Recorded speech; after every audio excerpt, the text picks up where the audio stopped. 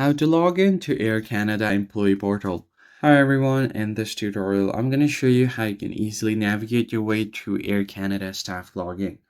So the very first thing you're going to have to do is provide this search prompt on your web browser. Go ahead and enter Air Canada Employee Login. Now just click on the first link that you see, travel.aircanada.com.